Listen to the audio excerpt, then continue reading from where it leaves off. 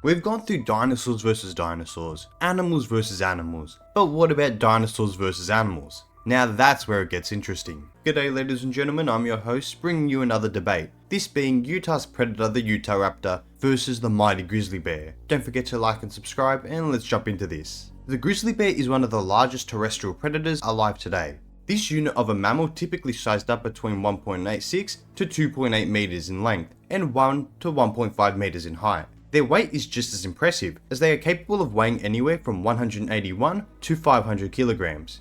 Although, if we include the Kodiak bear as part of the conversation, which let's be honest, it's a bit of a cop-out considering everyone separates the two throughout debates, well, the largest can reach over 700 kilos and 3 meters in length. Grizzly bears also exhibit remarkable strength, which is characterized by a robust physical build that enables them to navigate through challenging landscapes. They possess the power to subdue and outmuscle moose, which can weigh over 700 kilograms. These formidable bears can even lift traps equivalent to small cars and overpower bison. A research which was conducted by Montana State University revealed that bears were able to manhandle 700-pound metal dumpsters with ease. Although lifting strength doesn't equal striking strength, but hey, still impressive nonetheless. Despite being a dromaeosaur, Utahraptors are one of, if not the, largest of its group. This giant raptor measured anywhere from 5 to 7 meters in length, 1.7 meters in height, and surprisingly they were quite bulky, which isn't normally thought of for a dromaeosaur. They typically weighed around 250 to 350 kilograms, although I have seen estimates that place them at around 500 to 700 kilograms.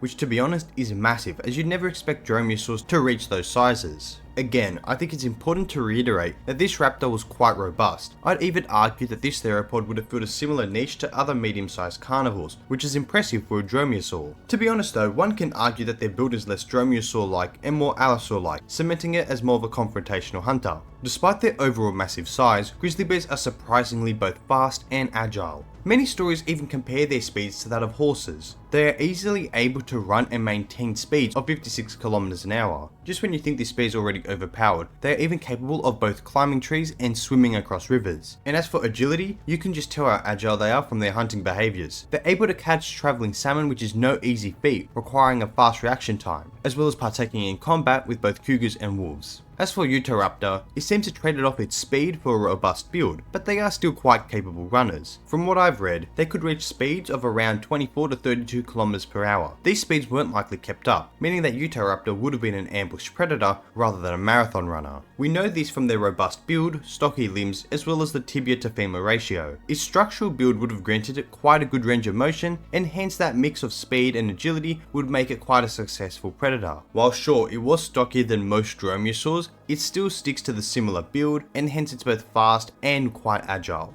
The weaponry of a grizzly bear is quite formidable, featuring lengthy sharp claws measuring up to 4 inches in length. These claws serve various purposes such as digging, climbing and capturing prey. Historical animal battles in the 19th century often pitted smaller bears against Spanish bulls, where the bears frequently broke the bulls' necks and would win. There are even reports of grizzlies allegedly decapitating a moose with a single strike, but I mean, again, this is allegedly. I have not seen a bear being able to do such a feat, and it seems a bit crazy, so I'm not too sure about that one. The teeth are also adept at tearing flesh, and they can deliver a bite force capable of crushing bone. With specifically evolved canine teeth in sizes premolars and molars, all that good stuff, grizzly bears can exert a bite force of approximately 1400 newtons. Moving to the Utahraptor, we can tell it's kitted out with weaponry. I mean, the only place this theropod doesn't have a weapon is its tail. Its jaws are filled with serrated teeth that grew 2 inches long. And it wasn't just for show, it was capable of delivering a bite between 5000 to 8000 newtons, possibly even more than this. I've seen estimates at 2000 newtons, but yet I've also seen others that placed it around 9000 newtons. Its claws also reached over 4 inches in length, and its sickle claw, you know, the one on its foot, reached over 7 inches in length. So we can clearly see that both of these organisms were kitted out from bones to teeth.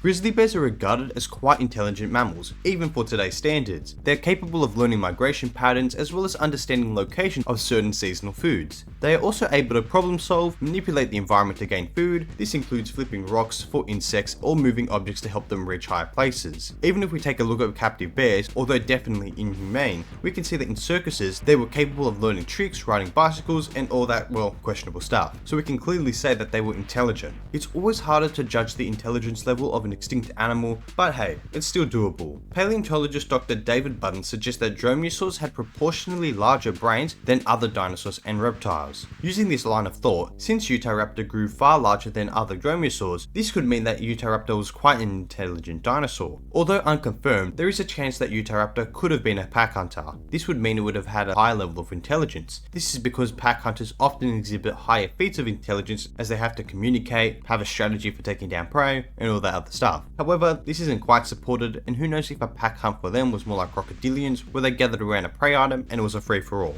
Either way, Utahraptor was definitely smart for a dinosaur, but compared to mammals, that's certainly questionable. Grizzlies possess highly developed senses that are crucial for their survival in various environments. Their exceptional sense of smell is amongst the most acute in the entirety of the animal kingdom, allowing them to detect scents from kilometers away and locate food sources such as carrion, plant roots, and berries. With well-adapted hearing, grizzlies can capture a wide range of sounds, aiding in their awareness of surrounding environment and the detection of potential threats. While their eyesight is not as strong as their other senses, grizzly bears still have a decent enough vision in both day and night time, and their ability to detect motion contributes to their effectiveness as hunters. These senses collectively enable grizzly bears to navigate their environments, find food, and interact with other animals, showcasing their adaptability and survival strategies. Again, since the Utahraptor is extinct, in addition to a lack of research, it does make it slightly difficult to analyze this. But we do know a lot with dromaeosaurs that their olfactory bulb was enlarged in the brain. This means a large portion of their brains were utilized for the sense of smell. Research also suggests that they possessed a very acute olfactory system, and since Utahraptor is the largest, I'd argue that it would have had one of the best senses amongst all the dromaeosaurs. Utahraptor also had large optic lobes and forward-pointing eyes, much like that of a hawk or falcon, so all in all, both of these predators are highly impressive. These bears have an impressive amount of battle intelligence and hence skill. Their more impressive sources of prey include elk, caribou, deer, and occasionally moose and bison. Of course though, always targeting the younger and the weaker. Each of these herbivores aren't exactly easy to take down, and the largest can reach weights which approach a ton. In order to take on these prey items, bears are required both speed to catch up to their prey item in combination with strength and skill to take them down. They also face a variety of threats more often, including wolves, cougars, and sometimes even polar bears. This assists their knowledge in taking on a variety of different predators,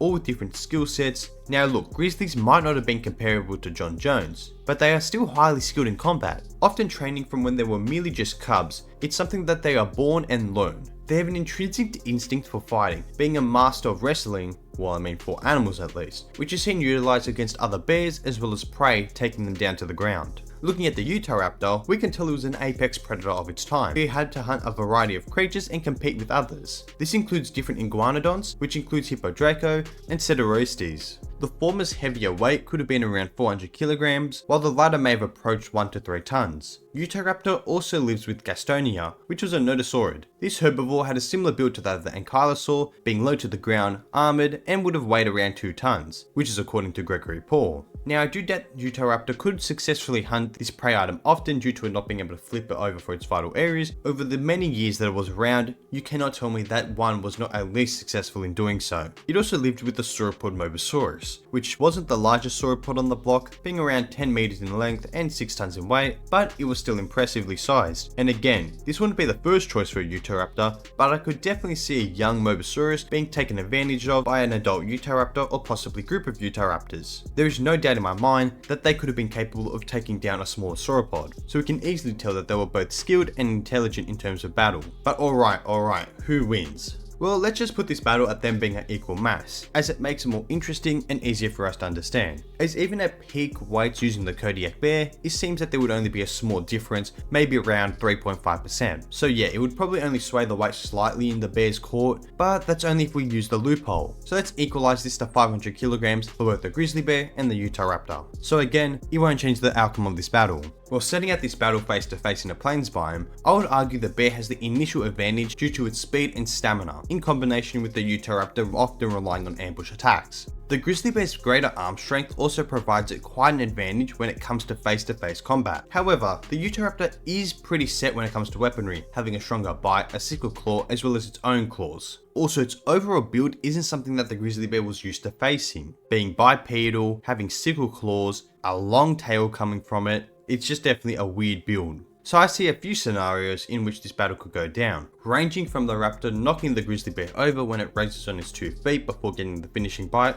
all the way to the grizzly bear using its powerful paws to severely damage the Utahraptor before mauling it. It's hard to say for sure, but if we are using equalized weights, I think I'd have to give it to the Utahraptor. I feel people really underestimate the Utahraptor's durability because unlike the Velociraptor, its bones were quite robust. It was built for combat and was able to sustain damage. Sure, that doesn't mean it wouldn't take damage, but I feel like its durability compared to its agility and weaponry would be hands in taking down the bear. Although we can't count out the bear, it's durable, with a thick build, fur and muscle. It's also more intelligent, but one could argue solving puzzles won't quite save the day. To win this, it would need to overwhelm the raptor in the beginning, and judging from many of the outcomes with wolves and other bears, they don't often charge at each other without sizing up their opponent first. Also, the Utahraptor has the advantage of being a unique adversary to the bear. The grizzly hasn't fought anything quite like the raptor. As I said before, it's bipedal, heavy, has a stronger bite, sickle claws and more. And if we look at what the Utahraptor would have taken on, this would have included other raptors, other theropods and iguanodons at the very least. And admittedly, although not the same, it would have given them experience against a quadruped creature that could walk and use its arms as weapons. It's always difficult to decide a winner with 2 impressive organisms like this, however I do believe that the Utahraptor would win more times than not.